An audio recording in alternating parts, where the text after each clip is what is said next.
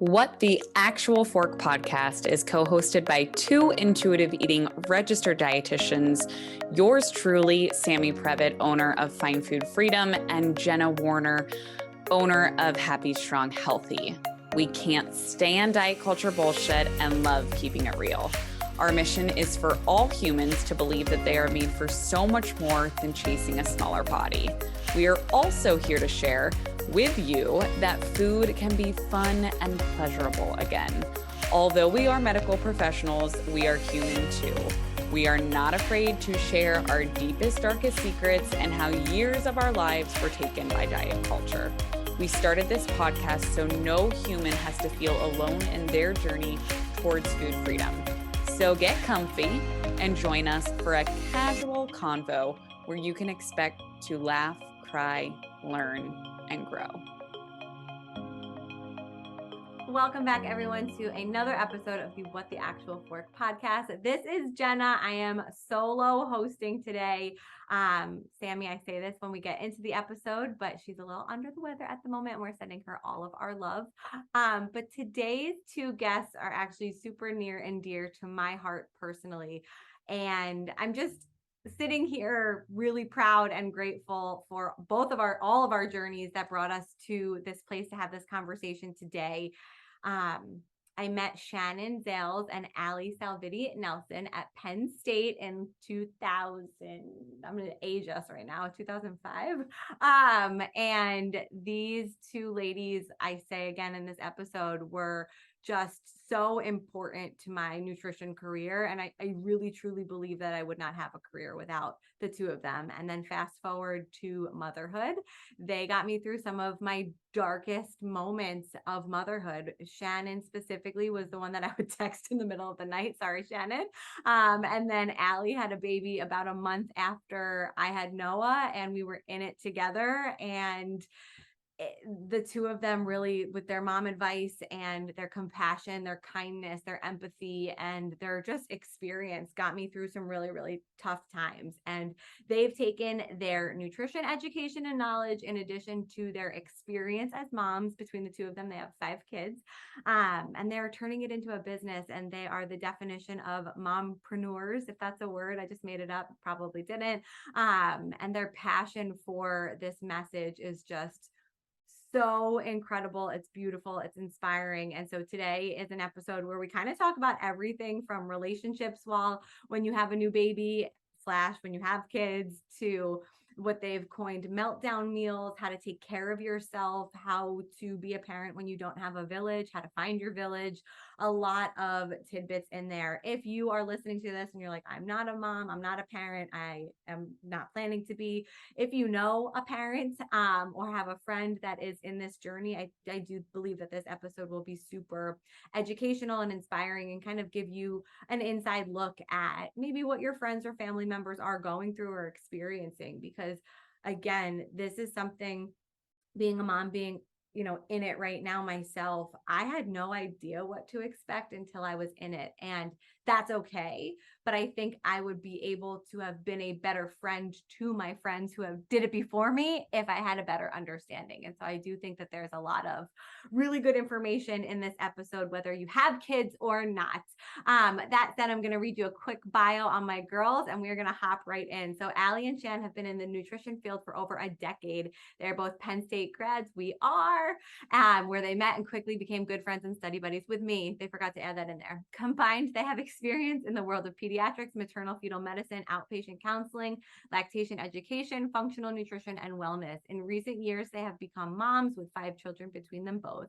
They married their past nutrition experience with lessons learned through motherhood, and this is where the idea for Post Glow began. They aim to provide all parents with tips and tricks so that they can glow, GLO, by nourishing themselves, mind, body, and soul. And so these are the ladies of postglownutrition.com. I am super proud of you both, Shannon and Alli. You don't know that I'm saying this. I love watching you grow. I'm so excited for your journey. I am your #1 fan, and I hope you, What the Actual Fork Pod family, enjoy this episode as much as I enjoyed recording it. Love you guys. I'm super excited. Welcome back, everyone, to What the Actual Fork podcast. It's just Jenna hosting today. Sammy, we hope you feel better. But we have two of my best friends from college. And before I even tell the world who you guys are, I just need everybody to know that these two are the reason that I am a registered dietitian.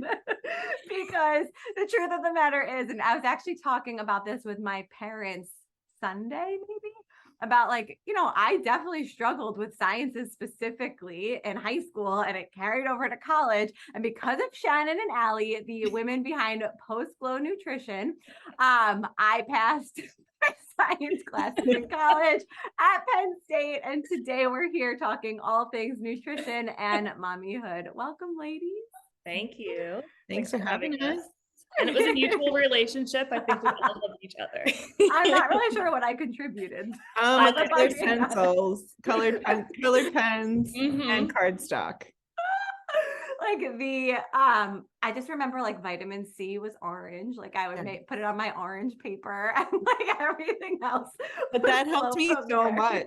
I took that into the internship then too. And that helped me study for the registration exam. I was like, oh, I'm with Jenna. You guys remember the days where we would go to Dunkin' Donuts or whatever it was, and on that whiteboard and just write everything out? And then I literally had to get cheat sheets from you guys because I was just not a good test taker. Aren't you so glad that part of your life is behind you? And also laugh at the fact that I don't use any of that information. If I had to take the RD exam again today, I would not pass it. Hand to God. Last year I was scrambling to get my my CEUs done because I'm I can't do this again. I'm not going to go through this. No, never. It's terrifying. Yeah. The thought that could be taken away is terrifying. But okay, we want to talk all things, so many toddler and mommyhood and nutrition moments today. But I'd love for each of you to take a couple minutes to just talk about how you went from Penn State to mother between 5 between the two of you into Post-Glow Nutrition. So today, I didn't even introduce you guys. We have Alli Nelson and Shannon Zales here. They live both in Pennsylvania? Yes. Both in Pennsylvania. And I'd love for you guys to tell me a little bit about yourselves separately and then together, and your what the actual fork moment of the month or the week. For the day, whatever. Awesome. Do you want me to get started, Shan? Yeah, go ahead. Cool. All right. So a little about me, obviously, Penn State alum, met you girls there. I then did my master's degree at Hunter College in New York City, which was my favorite place in the entire world. And I wish I was there right now. And then I've worked in New York City for a long time in clinical nutrition. I've worked in pediatrics, outpatient, high-risk pregnancies, inpatient intensive care units, all over the hospital stuff. So then I got pregnant with my daughter, and we wanted to move out of the city and kind of move back home towards family. So I did. And then I took a year off, which was a complicated postpartum year, which sort of sparked a lot of this stuff too. Then for my mental health, I needed to go back to work, and I did. And I found a part-time job, which is where I'm at now, doing clinical nutrition while raising my 3 kiddos. I have a 6-year-old daughter, a 4-year-old son, and a 1.5-year-old son. And so that's about me. And Shan, why don't you let us know about you? So after Penn State and the internship, I worked at the Penn State Hershey Medical Center for a few years. I don't know if I can say names like that, but that's where I worked. I was in clinical nutrition. Yes, you can. I did. They don't follow us. Yeah. So there, I actually worked with inpatient maternal fetal medicine. I worked all over clinical nutrition there.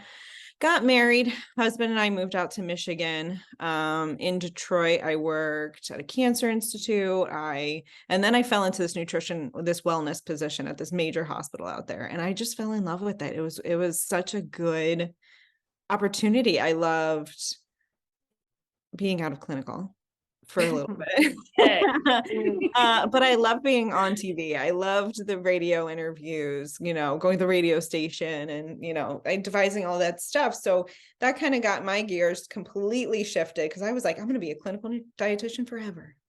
That's me. But then I fell into this and it was so good and it was so fun. And so I shifted gears.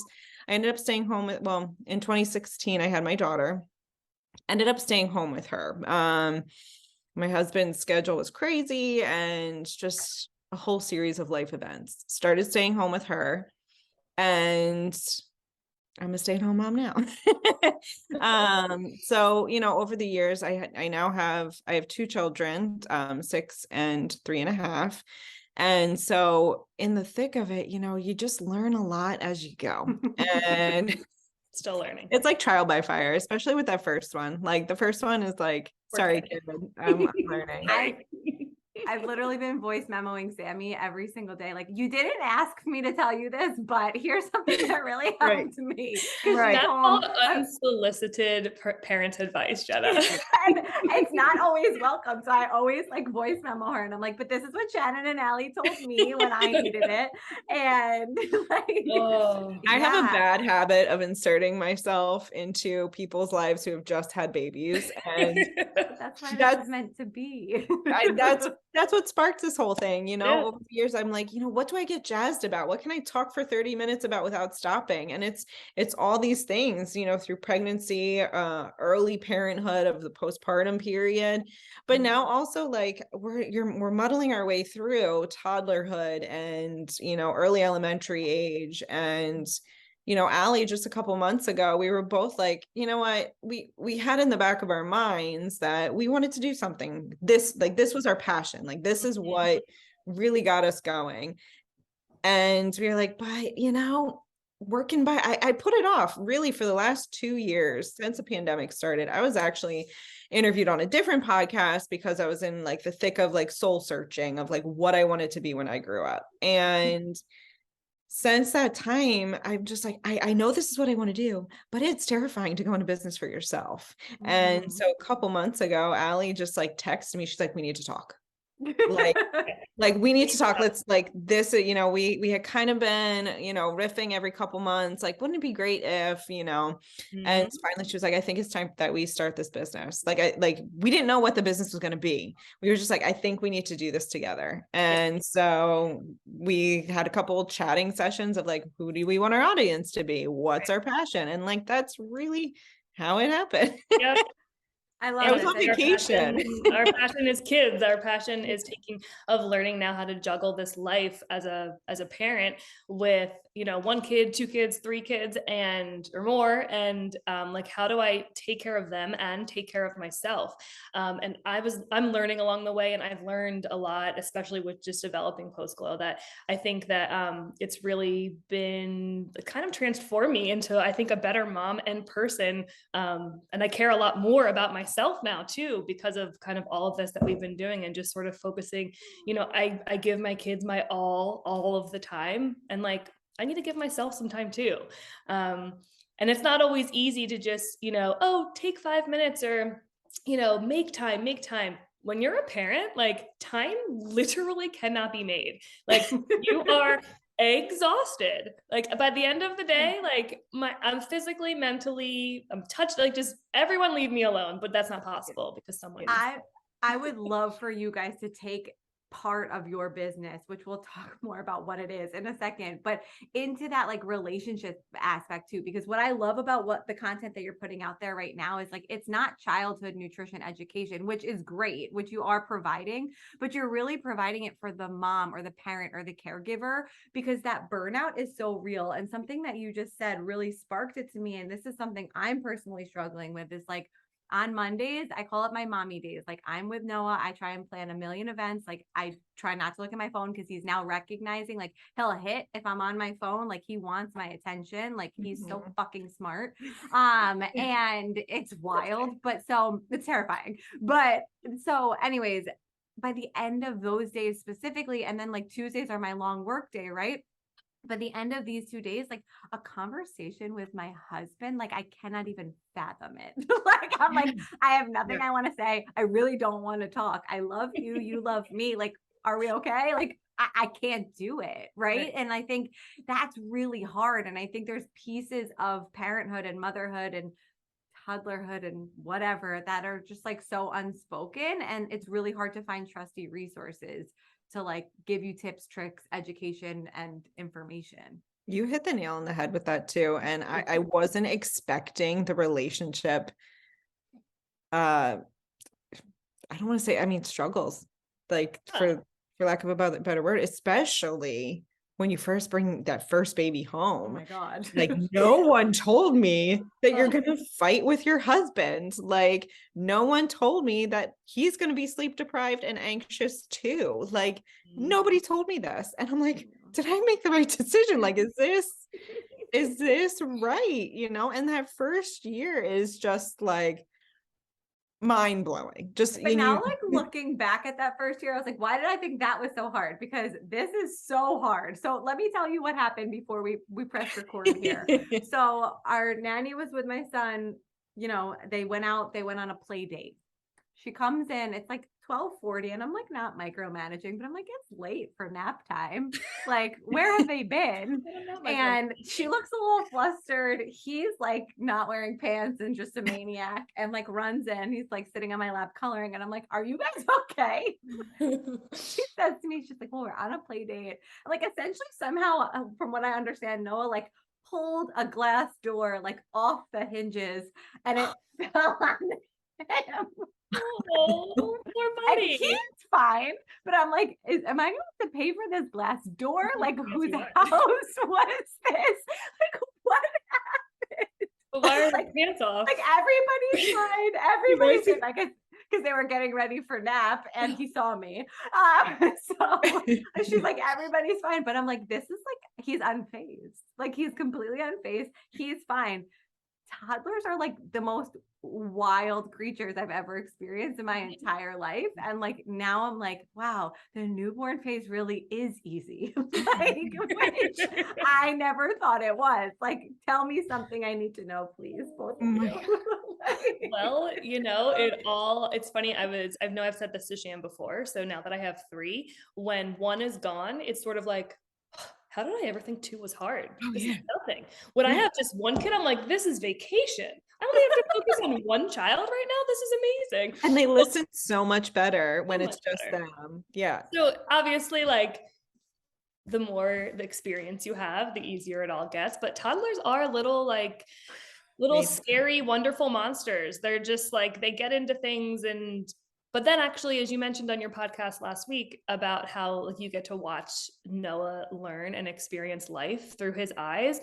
And I think that that's like the best part, right? Like that's why we do it all. So you can see your kids grow and see them learn and see how they experience life. And so, yeah, he might've pulled down some giant glass door, but that's just because he's Hercules and you're feeding him so well. Eating a lot of cheese right now. That's his only source of protein. Us too, shredded. Yeah. Right. Sprinkle. Like, okay, you want sprinkled cheese? You got it. Yeah. Oh my goodness. Okay. So as far as taking care of yourselves, like as caregivers, parents in general, you know, I joke all the time for anybody that's listened to this podcast. Like, I used to tell clients of mine, like, oh, you can make time for yourself. We all know now that that's fucking bullshit. So like, and you guys share so much great information on your growing social media platforms, which we will direct everyone to. But what would you say for a new mom, either someone who's pregnant with their first, or somebody who's in the thick of it with their first or second or third or fourth, whatever it is? Like, how do you create a sense of space for yourself when like maybe you don't have a village, or you don't have the help, or you don't have the resources that maybe you're seeing on social media and the aesthetics and all the other bullshit that drives me absolutely fucking crazy? As my son, all I wanted him to be in was like neutral colors, and all he will wear is Spider-Man clothes. So like when your vision of what your life is going to be like pops, like how do you create space for yourself? What are a couple tips you can share? Go, Shan. Well, one, I can totally relate to this no village thing, being in Michigan, away from family, having our first child there. It was very harrowing. It was tough. It was super tough. And so, one thing that I really strived to do with my second was accept the help. I didn't want to isolate myself.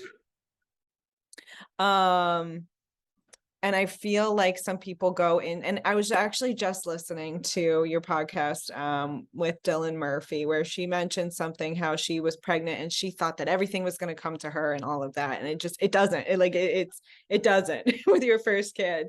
Mm-hmm. And so like, don't go into it with that mindset to start off with, because if you go into it with that mindset, that isolation is going to feel so much greater. And that's happened to me with my first. And so after a few months of going into parenthood, I really focused on what I can do to keep my sanity. And it was things that brought me joy, which was movement and, honing in on just the activities that brought me joy. It's different for everybody, right? So and it's different in different phases. So right now, the things that I create space with are meditation and journaling. And, I'd love to be able to make 30 minutes every day to work out, because I've had that conversation where I was the mom receiving that information back in my MLM, not going to go there days, but I had a coach who told me, I had a coach who was like, well, you can make it happen. And I'm like, you don't have any kids. Beyonce does it. Don't you love that line? Beyonce has the same 24 hours in a day as us. Yeah, but she actually doesn't. She has 24 helpers every day. So, for every hour of the day. Anyway, so yeah, it's just doing the best you can every single day. And it doesn't have to be 30 minutes. I take 10-15 minutes before the girls wake up in the morning to get the chaos out of my brain. I put it down on paper and it helps. I was telling Alli this just yesterday, the last couple of days I was feeling short-tempered, which is, it's super easy to do when you're overstimulated, when your patients are tested with toddlers. And I realized I wasn't doing the things that I know calm me down before the chaos happens. And so I started doing that again. And I just realized it gets me focused. It gets that negative feel energy out on paper for me. This is what works for me. And, Alli, how do you do it? You have three. Alli, I would love to hear you just kind of define too, what is overstimulated, and then how do you manage that? Because I'm sure as having three, it's wild, but I think that word is something that moms know and use often, but for everybody that's maybe not a parent or not a parent yet, they don't know what that means necessarily. Sure. Yeah. So I think through parenthood, especially now having 3 kids, I've learned that being overstimulated is the fact that there's constantly something I need to physically be doing. There's constantly something that's going on mentally, whether it's myself, things I'm worrying about that are unrealistic, or things like, Eloise needs this form sent in, or so-and-so needs a doctor's appointment. And just my head is constantly spinning with all the things I have to do. And it might not be things I have to do today, but it's just things that I have to do. And then on top of that, cook, pack lunches. And I want to pack, I want to make sure the lunches are decently healthy, things my kids will actually eat. And as much as I would love to, cut my strawberries into hearts and put little monster teeth on them, I'm just not that mom. But that's super cool. But I'm still every once in a while I throw in I don't know, I'll cut the sandwich into a shape, but all of these things, and just trying to, am I doing a good job? Are my kids learning the way they're supposed to? Are they good people? Most importantly for me, obviously I want my children to be good humans. Are they kind? Are they making friends? Are they engaged socially? And then on top of all of that, then it's well, me too, right? Shannon and I have just been talking about this because this week Post-Glow is really focusing kind of on this village concept. And finally, 7 years into this parenthood journey, almost I found a village. it's finally happened, but it took 7 years. You know, like I've had a different village when I had a newborn baby because I moved closer to family, but like your village changes because you change. And now I need a village that can help me with my first grader and my baby, because I'm juggling two totally different stages of parenting. So I think overstimulating is like all the stuff that goes on in mom's head all day long and all night long. And then the physical stuff. By the end of the day, between the picking up this kid physically, you know, carrying them around, battling a little raccoon for a diaper change is a nightmare. And then like all of that. And then you're like, wow, I'm physically tired. I'm mentally tired. I'm emotionally tired. Like I'm beat, you know, and I think that's normal. But I think part of what Shan and I are trying to do with Post-Glow is like, how can I not feel that way? How can I make me feel like the best version of myself so I can be the best parent to my kids despite all of this overstimulation, which isn't going to go away. You know, it's just going to change as they grow.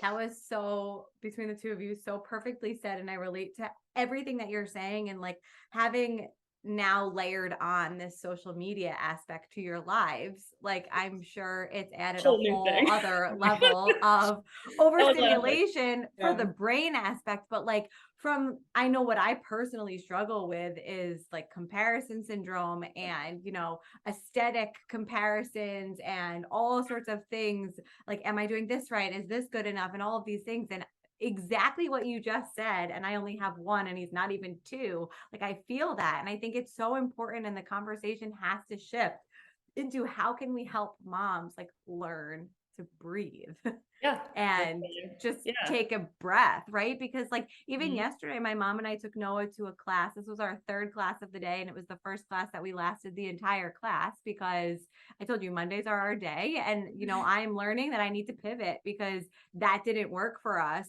But long story short, after he's like ripping the tablecloth at the place where all the other kids are playing and I'm like losing it, she like took him from me. And it was like, she was like, I got it. And I'm like, because she came, because I was like, this will be so fun. It's a Halloween class. I was like, this was not fun at all. Nothing about this was it was fun for him, right? But I don't even think he had fun because he like didn't want to be there. He just wanted to be outside. And I'm like, it's raining. Like we paid for this class. Like, can we sit for 5 minutes? No. But anyways, I think that like aspect of it is like, if she wasn't there, like my solution would have been to just leave. Like we would just leave, right? Like remove ourselves from the situation so that we could take a deep breath. But like having the permission, quote unquote, to do that. Like somebody told me that in the past, right? Like moms put so much pressure on themselves to think like you have to be this and show up your best self and be perfect in all of these different scenarios. And it's just so unrealistic. You make a really good point of like moms have this expectation, and it's something that I'm like learning is that like what you expect might not match who your child is. Do you see what I mean? Like, so for instance, we're in the phase of after school activities and what are my kids going to be interested in? And I, as my husband always reminds me, I gravitate towards dance and gymnastics and like these things, not like soccer or, you know, I don't know what's available at 6 years old, lacrosse or whatever. Lacrosse. There is lacrosse available near us, apparently. Wow. Yeah. And dangerous. But anyway, so like my husband's like, you can't, like, you've got to expose them to other things that might suit their needs better. Do you know what I mean? And then you've got to like stretch yourself as a parent outside of your comfort zone. Cause I'm super comfy going to dance class. I'm super comfy going to gymnastics class. Cause that's the things that I'm familiar with. That's what I did growing up. And so, or like art classes. So like I would take my girls to these outdoor art classes and I'm like, well, why is my 3-year-old not doing the same thing that my 6-year-old loves to do? It's because they're not the same person. Right. And like an art class for her, for the younger one might not be as good as, you know, might not be as good as it is for my 6-year-old. And so you've got to go in with those realistic expectations too, of like, my 3-year-old needs bigger movement. She doesn't need to sit there and, you know, paint and color. She needs the big, you know, going to my gym, which is, you know, like an indoor like gymboree kind of place. Yeah. And so she thrives better at that than like at the art classes at this age anyway. So it's basically like, what I'm hearing is every single stage for everyone to expect and know and understand is there's no handbook for this. And essentially we are all figuring it out as we go. And so with that said, like knowing this, and I guess my expectations going into motherhood was like, I was just going to figure it out as I went. And for me, I now know that that was not the best. And like, I do like to have an understanding of what's coming next. Like that's an anxiety that was like unlocked for me in motherhood, was like, wow, I really didn't know, what these first couple of weeks, months, year, et cetera, was going to be like. And so now my job for me personally is trying to like understand like what the next phases are and how they come. That being said, knowing that there is no book to really show us, I think one of the things that you guys do so well, knowing that the chaos kind of in the most beautiful way ensues for years to come, still taking care of yourselves, feeding your family is super important. And you guys have coined something called meltdown meals, which I think is the coolest thing that's come out of the post-flow sphere at this so far. But I think it's such a great idea because a toddler, when you want to cook dinner, when you have the time to cook dinner, that's when they're at their peak, right? Like it is, for whatever reason, that's where the cortisol is spiking and they are running, and cooking dinner is just like not possible. I personally rely on a lot of frozen foods, but I've seen you guys come up with so many great ideas. So can you tell us a little bit more about like the mentality behind meltdown meals, what they are, where we can find them, and like give us one good example. go ahead, Alli. Yeah. So meltdown meals came from this idea that, like you said, it seems to be that dinner time right after school period when it's not even just the toddlers, everyone's melting down. I remember back to newborn babies, right? The witching hour, like that's when baby always wanted to be held. And I'm like, what? Like, this is when I need to do stuff. So meltdown meals kind of stem from that. We're like, okay, so we need to feed our family. We need to feed our family things that the kids will actually eat. That's an important thing to note there. Or might actually. Might actually. Might actually, maybe we'll be willing to try, but yeah, so that was important too. Things that are obviously quick, super easy, and our goal is to have like 4 key ingredients or less, and that can often be cooked while holding a small child in your arms with minimal choppings. So that's kind of where this idea of meltdown meals came from, is like, okay, we need something fast, we need something easy, but we need something that everyone might like. Let's do it. Let's just get it in the oven and be done, because everyone needs my attention right now. And we all just want to cry. And that's what we're all crying. It's just happening. Everybody's crying. Everyone's just crying, and we just need to eat so we can go to bed and do it all again the next day. Right. So, you wake up and it's like this time warp, right? Yeah, exactly. So that's the idea. Shan, do you want to give an example of? Yeah, give me an example. It's just genius. The name is genius. The concept is genius. It's so freaking necessary. Tell me what to make for dinner tonight, Shannon. Oh my goodness. Well, you can always find our melt. We post them every Friday on our Instagram page, post-flow nutrition _nutritionist. And so one that I recently did was like a beef barbecue. I did not have like the sauce of can or whatever on hand. So I just kind of found what I had in my fridge and made adjustments that way. That's the other thing that inspires me for these meltdown meals is, what do I have on hand? Like, a lot of times I'm getting to that time of day and I'm like, what am I got? Like, what do I have to even make? Because I didn't plan. I'm not great at meal prepping. Yeah. So the beef barbecue was one for me. Tacos are always a good one. This Friday. Oh, the grilled cheese. I feel like that is the grilled cheese. So we did the fancy grilled cheese, right? So like most people and children tend to like grilled cheeses, but grilled cheese, like for me, it's just like, don't get me wrong, I love a good Texas toast American cheese, like grilled cheese sandwich, right? But I also want something a little fancy sometimes. So I made one that was a grilled cheese made with cheddar. It had apples on it, that with cinnamon and caramelized onions. So easy. And sometimes you forget that these like easy things like grilled cheese or chicken nuggets with some fun sauces, things like that, you can make them exciting, and then you can all eat the same meal together, right? So like, I'm excited about this. My one kid was whining about the apple. So you know what? He had his apples with cinnamon on the side of his grilled cheese. Like, I feel like you can adapt it to the family without making a bunch of meals, which like in our house, we do one meal and that's what's for dinner. But you can, it's the same meal, but just deconstructed for the children if that's what they want, or vice versa. But and they still feel like they have autonomy. They can still have the choice. Like, I want it, I don't want it on there. I want it on the side, but that's still what they're going to have. Exactly.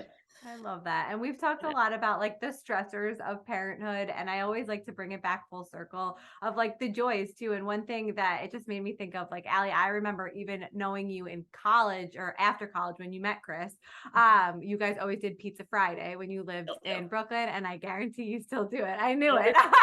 And now you get to bring And now you get to bring your like kids into that like family tradition, which is something that they're going to give to their kids, which I think is really cool. And I'm sure I know, Shannon, cool, you have a million. We do not let them participate in Pizza Fridays. That is adult time. We do that when they go to bed. So that brings it right back to this relationship aspect that you were talking about too, Jenna. That which is so important. But that's me time. That's the end of the week. That's when Chris and I, as parents, like we sit down and we have, usually Chris really loves cocktails, so we'll have like a good cocktail, we'll have our pizza, and that's like, it's our date every Friday, because let's be real, how often are we getting out with 3 kids by ourselves? Very rarely. So like, so there is an opportunity to make family traditions that are super special, but there's also an opportunity to hold on to your relationship and the important things. We do sushi when they're a little older. When they're older, we'll do Pizza Friday with them. But right now they still go to bed so early. So Sushi Friday is a great opportunity too. Alex and I will look at each other like right before, like we do wind down before bedtime. And so we'll look at each other, hey, you want to have a date night tonight? And that just is like, we watch a show or play a card game or just talk and have a cocktail or whatever. And like, that's how we curate our alone time with, without having to get a babysitter or go out or whatever. I mean, those are so ideal, but it's way easier to just be like, put the kids to bed, come downstairs, get in your comfies and just chill. Get in the comfies. That's yeah, always in mind. Now, okay, so I feel like this episode covered so many things. We really did pull it full circle here. I would love to hear from each of you to kind of close us out. What is one thing that you would tell you as a first-time mom today? And if you want to think about it for a second, I'll tell the world what you guys told me as a first-time mom. That helped me so much. And I actually told this to Sammy with my unsolicited advice before we started recording. But one of the things that you guys each individually told me was, you have to control your controllables, especially in the beginning, especially if you're sick. So unfortunately, Sammy's not feeling well. This was why I gave her this advice. But like, if you're sick, if the baby's sick, if you have a new baby and you're recovering and there's so much that's out of our control, like, even if all you do is sleep and drink your water, like, because we are still dietitians, we do still care about, right, our wellness. Like, if all you can do is drink your water for the day, like, that's enough. And like, you have to learn to believe that. And I'm now retelling myself that in like the toddlerhood stages, like, even if like all I did for a day was drink my water, like, that's okay too. And I think it's a constant reminder that we all need. And that advice, I don't remember which one of you gave it to me or if each of you gave it to me separately, but it stuck with me and I appreciate it. And now it's your turn. For me personally, I would say, don't be so hard on yourself. Don't think that someone else's journey is going to be your journey. And in particular, like the one shining thing for me as a new mom was having a low milk supply. And that like ruined my maternity leave. Like, it was just all consuming and I wasn't producing that much. And I could have enjoyed it better if I had just let it go. If I had just done what was best for all of us and just formula fed. And I did formula feed, but I was still nursing at the same time, but I had my heart set on it and I didn't give it up. And I kind of feel like, you got to accept your own journey. Yeah. Don't try to make it. I can relate. Yeah. You have to accept your own journey, and what's best for you is really what's best for everybody. So that's what I would tell myself. Okay, I'll take us home.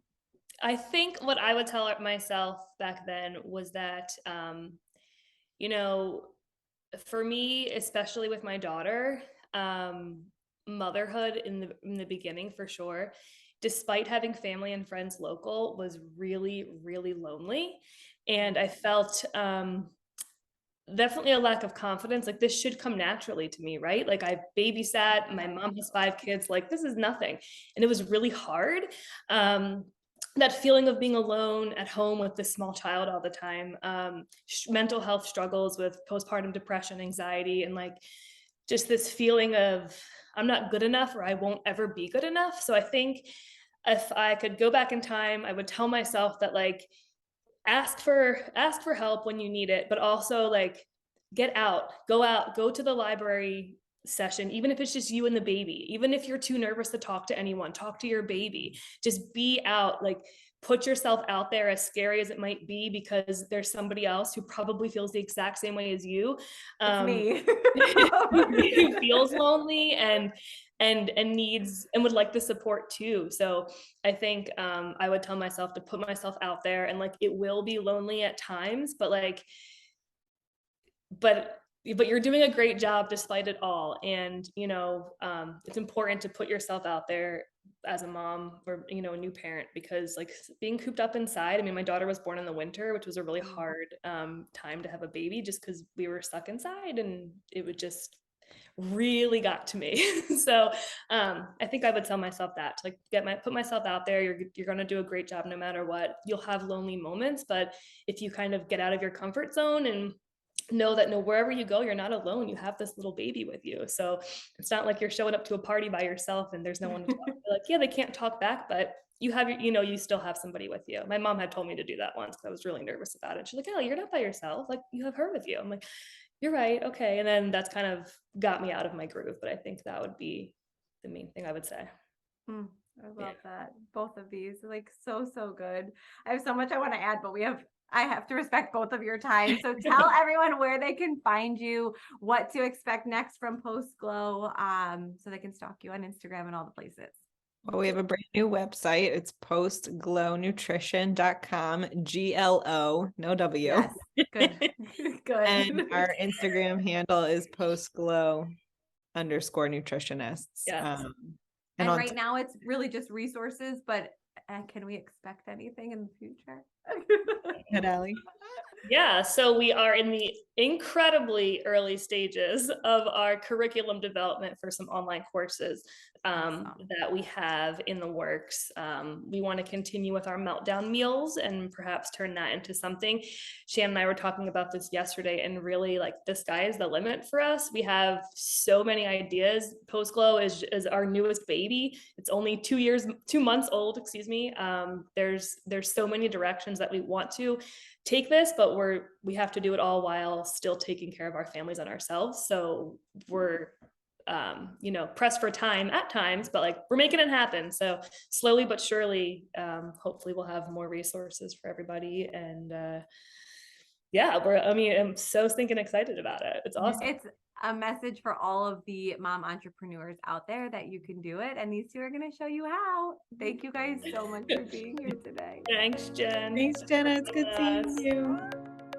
Guys, thank you so much for listening to another episode of What the Actual Fork Pod. We know there are a lot of pods out there, and we are so grateful that you are here listening with us. If you enjoyed this episode, please be sure to subscribe, like, share with all your friends and faves, and follow along with us on social at What the Actual Fork Pod. We promise to continue to bring you the hottest topics, greatest guests, and the most fun you can possibly have while fighting diet culture bullshit. We love you, we appreciate you, and we will see you next week for a lot more fun.